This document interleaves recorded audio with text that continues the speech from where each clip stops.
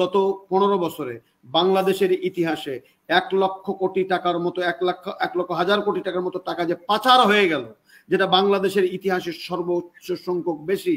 এবং বাংলাদেশের বিএনপি যখন ক্ষমতায় ছাড়ে, আওয়ামী লীগ যখন ক্ষমতা নেয়, তখন মাথাপিছু ঋণের পরিমাণ ছিল মাত্র 14,000 টাকা।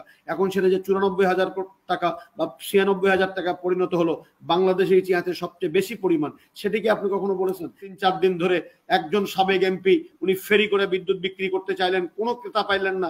সেই দেশে কেন বিদ্যুতের লোডশেডিং এ গ্রামের মানুষ দিশেহারা, শিল্প কলকারখানায় নিরবচ্ছিন্ন বিদ্যুৎ দিতে না পারার কারণে তাদের শিল্প উৎপাদন ব্যাহত হচ্ছে? এটা কি একবারও জিজ্ঞেস করেছিলেন? আপনি অবাধ তথ্য প্রবাহের পথকে রুদ্ধ করবেন, সেটি রুদ্ধ করা যে গণমানুষের পক্ষে যায় না, জনগণের পক্ষে যায় না, স্বাধীনতার মূল চেতনার পক্ষে যায় না, সেটা কি আপনি একবার পক্ষে বলতে? সহজ হয়ে গেছে, এগুলো রিপিটেশন আমার কাছে লেখা ছিল এগুলো বলার জন্য। আমি ছোট করে শুধু মিলন ভাইয়ের কয়েকটা প্রশ্নের জবাব দিই যে বিএনপিকে তার দুর্বলতা খুঁজতে হবে। হ্যাঁ, এটা একটা ভালো কথা বলেছেন। যারা বিএনপি করেন তারা নিশ্চয়ই মিলন ভাইয়ের কথা আমলে নেবেন এবং ওনাদের যদি রাজনৈতিক কোনো দুর্বলতা থেকে থাকে সেই দুর্বলতা ওনারা খুঁজে বের করবেন। কিন্তু আমি মিলন ভাইকে একটু সবিনয়ে বলতে চাই, আপনি কি আপনার দলের দুর্বলতাগুলোকে একবার উনি ভেবেছিলেন? আপনি তো দেখেন, রাজনীতি বোঝেন, আপনি সহজ করে আমাদেরকে বললেন যে বিশ্বের মানুষ এ করে ও করে। তা আপনি আওয়ামী লীগ করেন এবং একটা উন্নত বিশ্বে থাকেন, আপনি সবকিছু দেখভাল করেন, আপনি অন্যকে নসিহত করতে পারেন ভালো। আপনার দলকে কি আপনি একবার নসিহত করেছিলেন যে গত 1/11-এর পর থেকে আজ পর্যন্ত দেশের অধিকাংশ রাজনৈতিক দল আওয়ামী লীগকে বিশ্বাস করে না, অধিকাংশ দল আওয়ামী লীগের প্রতি আস্থা রাখে না, অধিকাংশ দল মনে করে না যে আওয়ামী লীগের অধীনে কোনো সুষ্ঠু নির্বাচন হওয়া সম্ভব? তাহলে আওয়ামী লীগ যেহেতু রাষ্ট্রীয় ক্ষমতায় আছে, তাদের একটু দায়িত্ব আছে সাংবিধানিক ভাবে যে এই রাজনৈতিক দলগুলোকে আস্থায় নিয়ে আসার জন্য কার্যকরী পদক্ষেপ গ্রহণ করা। আমার মিলন ভাই সেটা করেছেন কিনা সেটা আজকে আমি জানতে চাই আপনার কাছ থেকে। তারপরে মিলন ভাই, আপনি বিএনপির সমস্যা চিহ্নিত করার কথা আমি আগেই বলেছি, চিহ্নিত করতেই পারে। আচ্ছা, আমাকে কি আপনি একটু বলবেন যে কেন সংবিধানের অগণতান্ত্রিক ধারাকে পঞ্চম সংশোধনীর মাধ্যমে আওয়ামী লীগ ইনসার্ট করলো সংবিধানে, একটি গণতান্ত্রিক সংবিধান থেকে তত্ত্বাবধায়ক সরকারকে বিলীন করে দিল এবং 300 পার্লামেন্ট সদস্যকে বলবৎ রেখে নতুন করে আরো 300 পার্লামেন্ট সদস্য নির্বাচন করে 600 পার্লামেন্ট সদস্য এট এ টাইম নির্ধারণ করার মতো একটি গণবিরোধী বা অগণতান্ত্রিক সংবিধান দেশে রচনা করলো আওয়ামী লীগ। এই মধ্য দিয়ে বাংলাদেশের নির্বাচনী ইতিহাসে বা গণতান্ত্রিক ইতিহাসে বড় ধরনের সংকট তৈরি হলো। সেই সংকট যে আওয়ামী লীগ কর্তৃক সৃষ্ট এবং সেই সংকটের ফলে যে দেশের অধিকাংশ মানুষ নির্বাচনে অংশগ্রহণ করে না বা আপনার দলকে বিশ্বাস করে না, সেই সংকটটা নাকি আওয়ামী লীগ কখনো ভেবেছে? এই বিষয়ে কি আপনি কোনো পরামর্শ দিয়েছেন? সেটা একটু আপনি বলবেন।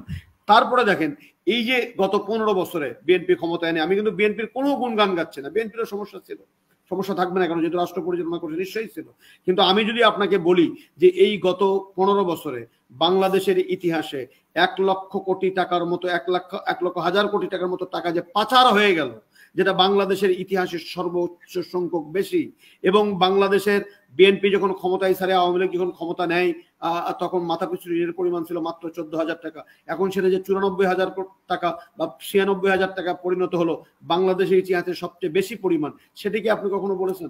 খেলাফি ঋণের পরিমাণ বাংলাদেশের ইতিহাসে সবচেয়ে বেশি। ব্যাংক তসরুপ হওয়া, লুট হওয়া, টাকা পাচার হওয়া এবং ব্যাংক দেউলিয়া হওয়ার, দেউলিয়া যদিও হয়নি, সিক ব্যাংকে পরিণত হওয়া এবং ব্যাংকের মালিকানা দখল হয়ে যাওয়া, একটি পরিবারের কাছে 8টি ব্যাংকের মালিকানা চলে যাওয়া, বিএনপির আমলে কি এটা হয়েছিল? হয়ে থাকলে বিএনপি নিশ্চয়ই আপনার উপদেশ গ্রহণ করে সেটা পর্যালোচনা করে দেখতে পারে। কিন্তু আপনি কি আপনার দেশের অর্থমন্ত্রীকে বলেছিলেন, আপনার দলকে বলেছিলেন? আমরা তো অনেক রকমের কথা বলি, আপনি তো নির্দিষ্ট একটা জায়গায় কথা বলেন, সেটা হলো শুধুমাত্র বিএনপির সমালোচনা করা। কিন্তু আওয়ামী লীগ যে এই ব্যাংকিং সেক্টরে, আর্থিক সেক্টরে যে ক্ষতি করছে, সেটা নিয়ে কি একটা উপদেশ কখনো দিয়েছিলেন? দেননি তো আপনি। তাহলে আপনি নিজে যেটা করেন না, অন্যকে উপদেশ দেন, তাও আপনাকে আমি ধন্যবাদ জানাচ্ছি। তারপরে দেখেন, কেন নির্বাচনের সময় আসলেই বিরোধী রাজনৈতিক নেতা নেত্রীদের বিরুদ্ধে মামলার পরিমাণ বেড়ে যায়, মামলার সংখ্যা বেড়ে যায়, গ্রেপ্তার বেড়ে যায়, হামলা বেড়ে যায়? এটি নাকি একবার আওয়ামী লীগকে জিজ্ঞেস করেছিলেন? কেন জিজ্ঞেস করেননি? এটি হলো একটা যুগ্ম। তারপরে দেখেন, বাংলাদেশে শতভাগ বিদ্যুতের দেশে কেন লোডশেডিং দিতে হয় আমাকে বলেন তো আগে আমাকে। এটা নাকি কখনো আপনি বিদ্যুৎ মন্ত্রী বা যারা বিদ্যুতের প্রতিমন্ত্রী তাদেরকে একবার জিজ্ঞেস করেছিলেন যে আপনারা রাষ্ট্রের টাকা খরচ করে এই যে হাতির ঝিলে গান বাজনা করলেন 3-4 দিন ধরে, একজন সাবেক এমপি উনি ফেরি করে বিদ্যুৎ বিক্রি করতে চাইলেন, কোনো ক্রেতা পাইলেন না। সেই দেশে কেন বিদ্যুতের লোডশেডিং এ গ্রামের মানুষ দিশেহারা, শিল্প কলকারখানায় নিরবচ্ছিন্ন বিদ্যুৎ দিতে না পারার কারণে তাদের শিল্প উৎপাদন ব্যাহত হচ্ছে? এটা কি একবারও জিজ্ঞেস করেছিলেন? আমার মনে হয় না আপনি জিজ্ঞেস করেছেন। কেন বাংলাদেশের অধিকাংশ মৌলভিত্তির ভালো ভালো ব্যাংকগুলো দুর্বল হয়ে গেল? কাদের জন্য? বিএনপি তো 15 বছর ক্ষমতায় নাই। 15 বছর আগে তো এই ব্যাংকগুলো তো সচ্ছল ব্যাংক ছিল, সবল ব্যাংক ছিল এবং শক্তিশালী ব্যাংক ছিল। সেই ব্যাংকগুলো যে নীরবে নিভৃতে একেবারে দুর্বল ব্যাংকে পরিণত হয়ে গেল, রাতের অন্ধকারে হাত বদল হয়ে যায় মালিকানা, এটা নাকি একবারও পরামর্শ দিয়েছিলেন যে এই সমস্যার অন্তর্নিহিত কারণটা কি? সেই কারণটা কি আপনি বলেছিলেন? সেই কারণ তো রাজনীতিহীনতা, সেই কারণ তো গণতান্ত্রিক চর্চার অভাব, সেই কারণ তো যে প্রতিষ্ঠানগুলো পরিচালনায় দলীয় দৃষ্টিভঙ্গি থেকে প্রশাসক নিয়োগ করা, ডাইরেক্টর নিয়োগ করা বা অযোগ্য এবং দুর্নীতিবাজদেরকে পুরস্কৃত করা, এটি তো মূল কারণ। আপনি তো একবারও বলেননি। তারপরে দেখেন, আপনি একবারও কি পরামর্শ দিয়েছিলেন যে দেশের সকল বিশ্ববিদ্যালয়গুলো বহুদলীয় গণতন্ত্রের চর্চা সেখানে ছিল, মুক্ত গণতন্ত্রের চর্চা ছিল, সেই প্রতিষ্ঠানগুলো কেন একদলীয় সরকারি দলের ছাত্র সংগঠনের কবজায় চলে গেল? 2 দিন আগে আমার বিশ্ববিদ্যালয়ের ছাত্র দলের এক নেতাকে ডেকে নিয়ে যে পায়ে বন্দুক ঠেকানে বলা হলো যে কোন পায়ে গুলি করবো তুই বল, এখনো কি সেই ছাত্র নেতাকে আইনের আওতায় আনা হয়েছে? তাহলে এই যে ক্ষতগুলো তৈরি হলো, সেই ক্ষত নিয়ে কি আমার মিলন ভাই একজন আওয়ামী লীগকে পরামর্শ দিয়েছিলেন? পরামর্শ তো আপনি দেননি। তাহলে এই যে বিষয়গুলো কেন আমাদের বাংলাদেশ ব্যাংকের, আপনি বলছেন অনেক তথ্য গোপন করার, কেন গোপন করার প্রয়োজনীয়তা দেখা দিল? আমার প্রধানমন্ত্রী, আমার তথ্যমন্ত্রী, আমার তথ্য অধিকার আইন আমার তো বলছে যে আমার অধিকার আছে তথ্য পাওয়ার, আপনি সেই তথ্য কেন গোপন করবেন? তাহলে কি দেবপ্রিয় ভট্টাচার্য সাহেব যেটি বলেছেন, আমার জিল্লুর ভাই যেটা বললেন, তাহলে এখানে কি এমন কিছু ঘটছে যেমনটি ঘটেছিল যে বাংলাদেশের টাকা পাচার হয়ে চলে গেল, আমরা বহুদিন পরে সেটা জানতে পারলাম যে টাকা পাচার হয়ে গেল, এখন পর্যন্ত সে টাকা ফিরে আসেনি, কারা এর দায়ভার ছিল?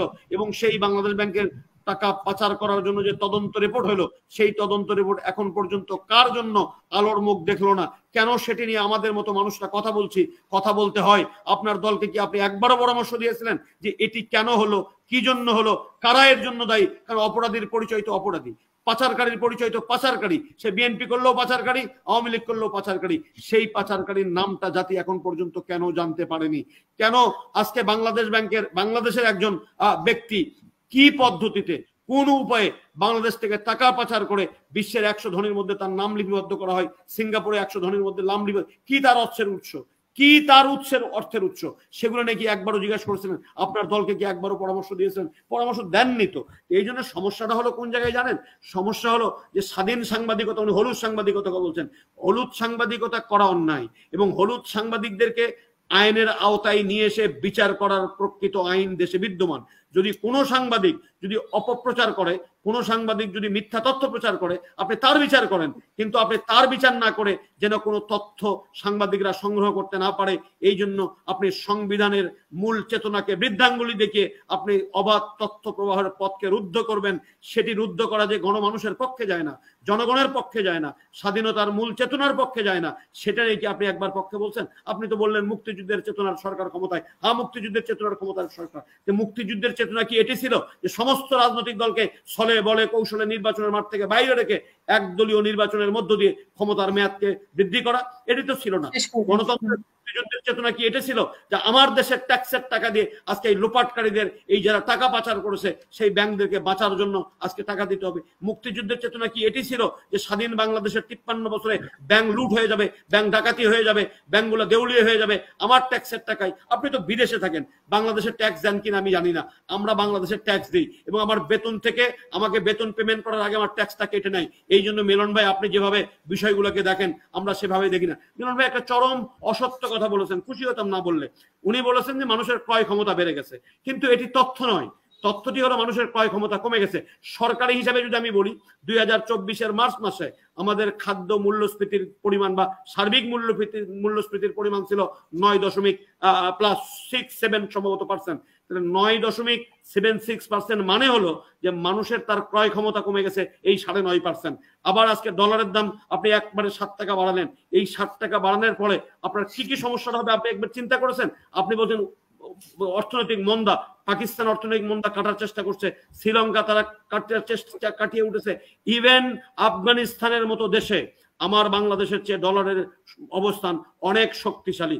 এই যে 7 টাকা করে ডলারের দাম বৃদ্ধি করার ফলে আপনি কি আমি জানেন যে মানুষের যে অর্থের যে মূল্যমান সেটি কমে গেছে 6.3%। তার মানে দাঁড়ালো আপনি যে টাকাটা ব্যাংকে 100 টাকা রেখেছেন সেখান থেকে সে কিন্তু 100 টাকার নাই, এখন 93 টাকা হয়ে গেছে সেই টাকার পরিমাণ। তার মানে কি প্রত্যেকটা আপনি আমদানি ব্যয় মিটাতে হবে বেশি টাকা দিয়ে। লাভ কাদের হবে? যারা রপ্তানি করে তারা লাভবান হবেন এবং যারা প্রবাসী ব্যয় হবেন। কিন্তু আমার প্রত্যেকটি আমদানি পণ্য আমাকে ছোট করে একটু তালিকা দিয়ে, হাসিনা পাকে 1 মিনিট, আমার ভাই তো অনেক কিছু বলেছেন। আপনার যে সন্তানটি লেখাপড়া করে বিদেশে তাকে এখন বেশি টাকা দিতে হবে, কারণ ডলার কিনতে গেলে বেশি টাকা খরচ করতে হবে। আপনি বিমানে চড়েন, আমার জিল্লুর ভাই বলেছেন, আজকেই দেখতেছিলাম যে বিমানের টাকা পরিশোধ করতে পারেন না, সেই ভোগান্তি আসা পড়ছে সাধারণ ভোক্তাদের যারা বিমান ইউজ করে, তারা বিমানের ভাড়া বৃদ্ধি করে দিচ্ছে। আপনি চিনি আমদানি করতে হবে, বেশি দাম আমদানি করতে হবে, বেশি দামে ভোক্তাকে কিনতে হবে। তেল আমদানি করতে হয় সকল প্রকারের, ভোজ্য তেল এবং জ্বালানি তেল। এই দুটি তেল, জ্বালানি তেলের অভাবে বিদ্যুৎ উৎপাদন করা যায় না। মন্ত্রী স্বীকার করেছেন যে জ্বালানি তেলের অবশ্যই আমাদের লোডশেডিং বেশি দিতে হয়েছে। তারপর আমাদের দুগ্ধজাত পণ্য কিনতে হবে, আদা, মরিচ, চাল, গম, রসুন, তেলবীজ, এগুলো আমাদেরকে আমদানি করতে হবে। প্রত্যেকটি আমদানি ব্যয় বেড়ে যাবে, তাহলে বিক্রি করতে হবে কিন্তু বেশি দামে। আপনি বলছেন মানুষের ক্রয় ক্ষমতা কমে গেছে, আপনি মূল্যস্ফীতির হিসাবে আপনি আসবেন না, আপনি ডলারের দাম বেড়ে গেছে, ভালোভাবে বলবেন যে মানুষের ক্রয় ক্ষমতা অনেক বেড়ে গেছে। মানুষের ক্রয় ক্ষমতা আস্তে আস্তে তলানিতে চলে গেছে, মানুষের নাবিশ্বাস। আপনি জানেন না বিদ্যুৎ নেই কি তেজস্পাতি হতে, বিদ্যুতের মিটার আমার, আপনি কেন মিটার উপরে চার্জ নেবেন? এই বিদ্যুৎটা কিনে আমি, এই বিদ্যুৎটা কিনে বাংলাদেশের ভোক্তারা তাদের টাকা দিয়ে, অথচ আপনি সেখানে 1 টাকা বিনিয়োগ না করেও আপনি মিটার চার্জের নামে আপনি টাকা নিচ্ছেন। আপনি আদানির বিদ্যুতের দেখছিলাম যে 11,000 কোটি টাকা লস করেছেন আপনি বিদ্যুতে, তারপর আপনি আদানি শুধুমাত্র 1 বছরে 10,000 কোটি টাকা প্রফিট করেছে আমাদের দেশে অতি মূল্যে বিদ্যুৎ রপ্তানি করার কারণে। অথচ আপনি আজকে 15 বছর ক্ষমতায় আমরা সব দিয়েছি পার্শ্ববর্তী বন্ধু রাষ্ট্রকে। আমরা নেপাল এবং ভুটানের কাছে আমরা মাত্র 15 কিলোমিটার বা 24 কিলোমিটারের যদি আমরা ট্রানজিটটা পাইতাম, রেলপথ, রাস্তা সব দিয়েছি। এই 15 কিলোমিটার আপনি নিতে পারেননি। নিতে পারলে আজকে কম মূল্যে জল বিদ্যুৎ আমরা বাংলাদেশে নিয়ে আসতে পারতাম। মানুষ কষ্টে লাগে হয়তো। মিলন ভাই যখন কথাগুলো বলবেন একটু দয়া করে বাংলাদেশের মানুষকে নিজের ভাই হিসাবে, নিজের সজাত হিসাবে চিন্তা করে বলবেন আমরা ভালো নেই, দেশ ভালো নেই, গণতন্ত্রহীনের দিকে আস্তে আস্তে চলে যাচ্ছে। আওয়ামী লীগের আমলে কেন, আওয়ামী লীগের মতো একটি দলের আমলে কেন আজকে 20% ভোটে 10% ভোটে নির্বাচিত একজন উপজেলা চেয়ারম্যান নির্বাচন হতে? এটি কি বিএনপির ব্যর্থতা? এটা তো আওয়ামী লীগের ব্যর্থতা কিনা সেই পরামর্শটা নিশ্চয়ই আওয়ামী লীগের নেতৃবৃন্দের সাথে আপনার আছে। আপনি দয়া করে একটু দেবেন যে মানুষ এই 20 ভাগে হয়তো গণতান্ত্রিক পদ্ধতিতে একটা ভোট পেলেও সে নির্বাচিত হবে, ভোট না পেলেও 14 সনের মতো নির্বাচিত হবে, কিন্তু কেন এই গণতন্ত্রকে সংকুচিত করার কালিমা লিপিত হলো সেটা একবার ভেবে দেখার জন্য অনুরোধ করছি মিলন ভাই। ধন্যবাদ।